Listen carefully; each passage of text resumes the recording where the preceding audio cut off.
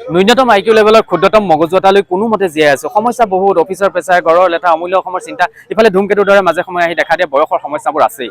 ইমানবোৰ সমস্যাৰ মাজত আপোনাক সহায় কৰাৰ বিনিময়ত চিন্তা কিছুমান কৰি মগজুৰ চেলবোৰ আৰু নষ্ট কৰিব নিবিচাৰো। নহ'লে এটা কাম কৰিবচোন, দুটামান শব্দৰ এটা সৰু মেছেজ দি দিব যে তোমাক দিব লগা টকাকেইটা দান হিচাপে গ্ৰহণ কৰিলো। বিশ্বাস কৰক, মনত শান্তি পাম। কথাটো হ'ল এনেকুৱা যে পৃথিৱীৰ প্ৰত্যেকজন মানুহে টকা ধাৰলৈ লয়, কোনোবাই ব্যক্তিৰ পৰা লয়, কোনোবাই প্ৰতিষ্ঠানৰ পৰা লয়। টকা ধাৰলৈ লোৱাটো ভুল নহয়, কিন্তু ধাৰলৈ লোৱা টকাখিনি সময়মতে ঘূৰাই নিদিয়াটো ভুল, যিটো সমাজৰ অধিকাংশ লোকেই কৰে। যেতিয়া কোনোবাই আপোনাৰ পৰা টকা কেইটামান ধাৰলৈ ল'ব, সেই ধাৰলৈ লোৱা টকাকেইটা কেনেকৈ ঘূৰাই দিব সেয়া আপুনি নুসুধাকৈ তেওঁ আপোনাৰ সন্মুখত দীঘল এখন লিষ্ট দাঙি ধৰিব। কোনোবাই হয়তো ক'ব দৰমহাৰ টকাকেইটা পালেই মই তোমাক টকাকেইটা ঘূৰাই দিম। কোনোবাই হয়তো ক'ব অমুকে দিব লগা টকাকেইটা দিলেই মই তোমাক টকাকেইটা ঘূৰাই দিম। কোনোবাই হয়তো ক'ব মই বেংকলৈ যাব পৰা নাই, বেংকলৈ যাব পাৰিলেই মই টকাকেইটা আনি তোমাক ঘূৰাই দিম। কোনোবাই হয়তো ক'ব যে একো নহ'লে মই ফিক্সড ডিপ'জিটৰ টকাকেইটা উলিয়াই হ'লেও তোমাৰ ধাৰটো মাৰিম। সময়ত সকলো হ'ব, সময়ত তেওঁ দৰমহাও পাব, সময়ত অমুকে দিব লগা টকাকেইটাও তেওঁক ঘূৰাই দিব, সময়ত তেওঁ বেংকৰ পৰা টকাকেইটা উলিয়াই আনিব পাৰিব, আৰু সময়ত তেওঁ ফিক্সড ডিপ'জিটৰ টকাকেইটাও আনিব। কিন্তু সময়ত আপোনাক দিব লগা টকাকেইটা ঘূৰাই নিদিয়ে। সমাজৰ বহুত লোকেই টকা ধাৰলৈ লোৱাৰ সময়ত খুব ধুনীয়াকৈ মাতবোল কৰি পেলাই টকাকেইটা লয়, আৰু যেতিয়া ধাৰ মৰাৰ সময় হয় তেতিয়া তেওঁলোকৰ গাবোৰ জ্বলে, তেওঁলোকৰ সেইবাবে টকাসমূহ ঘূৰাই দিব নোখোজে। ভুল আমাৰো আছে যে টকাই সম্পৰ্ক এটা বেয়া কৰে বুলি জনাৰ পাছতো আপুনি মই কাৰোবাক বিশ্বাস কৰি টকা ধাৰলৈ দি থাকোঁ। বন্ধু এজনে আজি প্ৰায় 4 বছৰমানৰ পূৰ্বেই টকা কেইটামান ধাৰলৈ লৈছিল।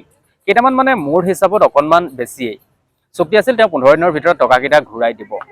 কিন্তু এদিন দুদিন কৰি 4 বছৰ পাৰ হ'ল, তেওঁ টকাকেইটা মোক ঘূৰাই নিদিলে। আৰু অতিষ্ঠ হৈ এদিন ভাবিলোঁ যে তেওঁক টকাকেইটা খোজাৰ সময় আহি পৰিছে, আৰু সেইবাবে মই তেওঁক এদিন টকাকেইটাৰ কথা ক'লোঁ। তেওঁ হঠাৎ অভিনয় এটা কৰি দিলে, ইছ ৰাম তুমি মোক এমাহৰ আগত নকলা কেলে, মোৰ ওচৰত টকা আছিলেই, মই গাড়ী এখন কিনি পেলালোঁ জানানে, মই তোমাক এতিয়া টকাকেইটা ঘূৰাই দিব নোৱাৰিম, বেয়া চেয়া নাপাবা, আৰু 6 মাহ এটা সময় দিয়াচোন। তোমাৰ হাতত যদি টকা আছিলেই, তুমি মোক দিব লাগে বুলি জানাই, তেনেহ'লে তুমি মোক টকাকেইটা থাকোঁতেনো কিয় ঘূৰাই নিদিলা? আকৌ মইনো তোমাক কিয় বাৰে বাৰে মনত পেলাই থাকিব লাগে?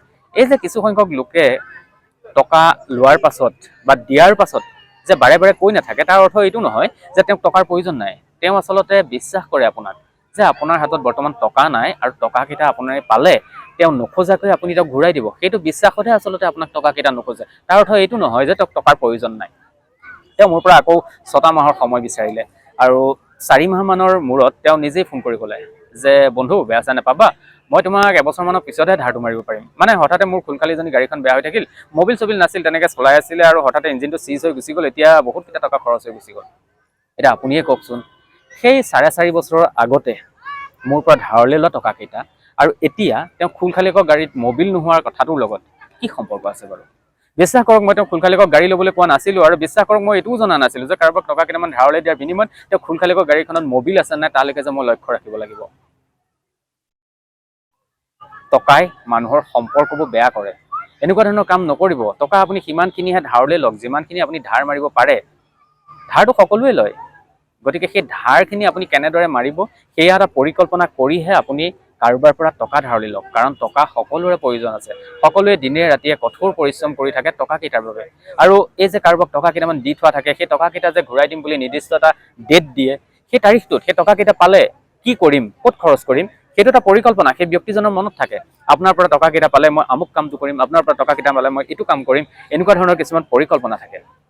কিন্তু সেই সময়ত যেতিয়া টকাখিনি নাহে তেতিয়া অতৃষ্ট হৈ যোৱা যায়, নিজকে ভিক্ষাৰী ভিক্ষাৰী অনুভৱ হয়, অতিষ্ঠ হৈ পৰিছোঁ। আৰু ন্যূনতম আইকিউ লেভেলৰ ক্ষুদ্ৰতম মগজু এটালৈ কোনোমতে জীয়াই আছোঁ। সমস্যা বহুত, অফিচৰ প্ৰেছাৰ, ঘৰৰ লেঠা, অমূল্য অসমৰ চিন্তা, ইফালে ধূমকেতুৰ দৰে মাজে সময়ে আহি দেখা দিয়ে বয়সৰ সমস্যাবোৰ আছেই।